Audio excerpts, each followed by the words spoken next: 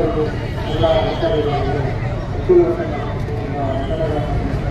ಹಾಗೂ ಎಲ್ಲರೂ ನಮ್ಮ ಹಿರಿಯರನ್ನು ಬರ್ತಾರೆ. ಪ್ರತಿದಿನ ಇದರಿಂದ ನಿಮ್ಮ ಕುಟುಂಬ ಹಾಗೂ ನಿಮ್ಮ ಜೀವನ ಸುಗಮವಾಗಿರುತ್ತದೆ. ಈ ಒಂದು ಕ್ಷಣ ನಾವು ಹೆಲ್ಮೆಟನ್ನು ಧರಿಸಲು ನೆಗ್ಲೆಕ್ಟ್ ಅಥವಾ ಏನು ನಿರ್ಲಕ್ಷ್ಯ ವಹಿಸಿದ ಸಂದರ್ಭದಲ್ಲಿ ಖಂಡಿತ ನಮ್ಮ ಕುಟುಂಬ ಅದರ ಒಂದು ದೊಡ್ಡ ಮಟ್ಟವನ್ನು ಭರಿಸ್ತದೆ. ಸೊ ಈ ನಿಟ್ಟಿನಲ್ಲಿ ಈ ಒಂದು ಸಂಸ್ಥೆ ಏನು ಎಲ್ಲ ಒಂದು ಅವೇರ್ನೆಸ್ ಕಾರ್ಯಕ್ರಮ ಹೇಗೆ ಇದನ್ನು ಎಲ್ಲರೂ ಒಂದು ಇವತ್ತಿನ ದಿನ ಒಂದು ಸಿದ್ಧಾಂತವಾಗಿರ್ತಕ್ಕ ಜೀವನ ನಡೆಸಿಕೊಡ್ಬೇಕು ಮತ್ತು ಮುಂದಿನ ದಿನಗಳಲ್ಲಿ ಎಲ್ಲರೂ ಸಹ ಈ ಕಾರ್ಯಕ್ರಮವನ್ನು ಈ ಥರ ಕಾರ್ಯಕ್ರಮಗಳನ್ನು ಎಲ್ಲರೂ ಅನ್ಕೊಂಡು ಹೇಳ್ತಾ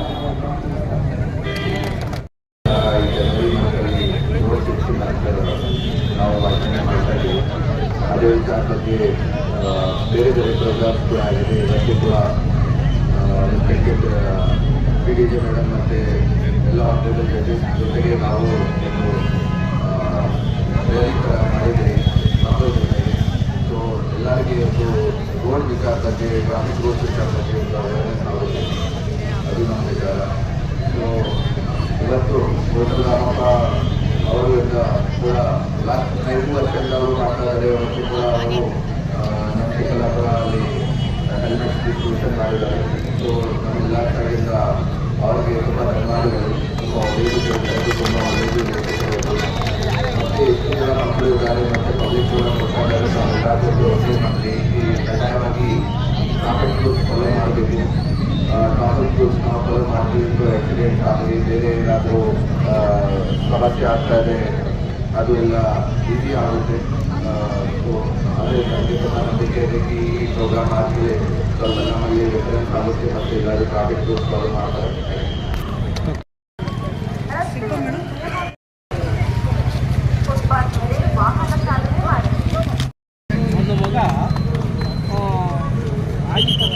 ಸರ್ ಮುಂದೆ ಬನ್ನಿ ಮೇಡಮ್.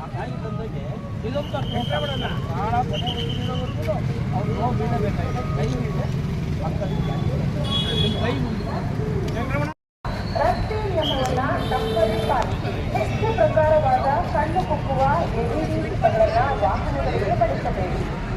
ರಸ್ತೆಯ ವಿರುದ್ಧ ದಿಕ್ಕಿನಲ್ಲಿ ಪ್ರಯಾಣಿಸುವುದು ಅಪರಾಧ. ರಸ್ತೆಯ ಎಡಕ್ಕೆ ಚಲಿಸಿ. ರಸ್ತೆಯಲ್ಲಿ ನಿಯಮ ಮೀರಿ ಚಲಿಸಬೇಡಿ. ಆಟೋ ಸ್ವಲ್ಪ ಹಿಂದೆ ಕರೆಸಿ, ಅವ್ರ ಹತ್ರ ಮಾತಾಡಿಸ್ಬಿಡೋಣ.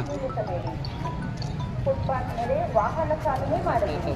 ವಾಹನ ಚಾಲನೆ ವೇಳೆ ಮೊಬೈಲ್ ಬಳಸಿ.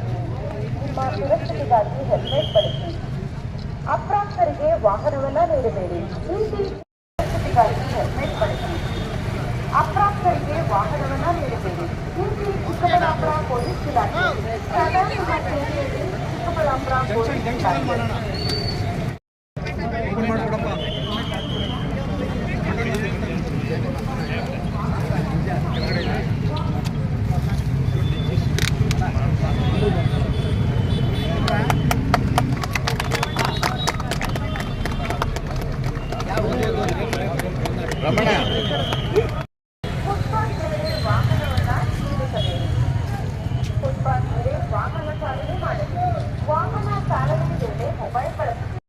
ಅಪರಾಧ.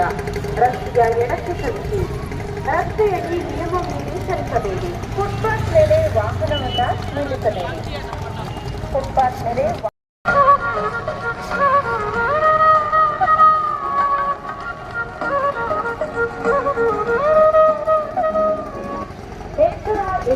ಎಚ್ಚರ.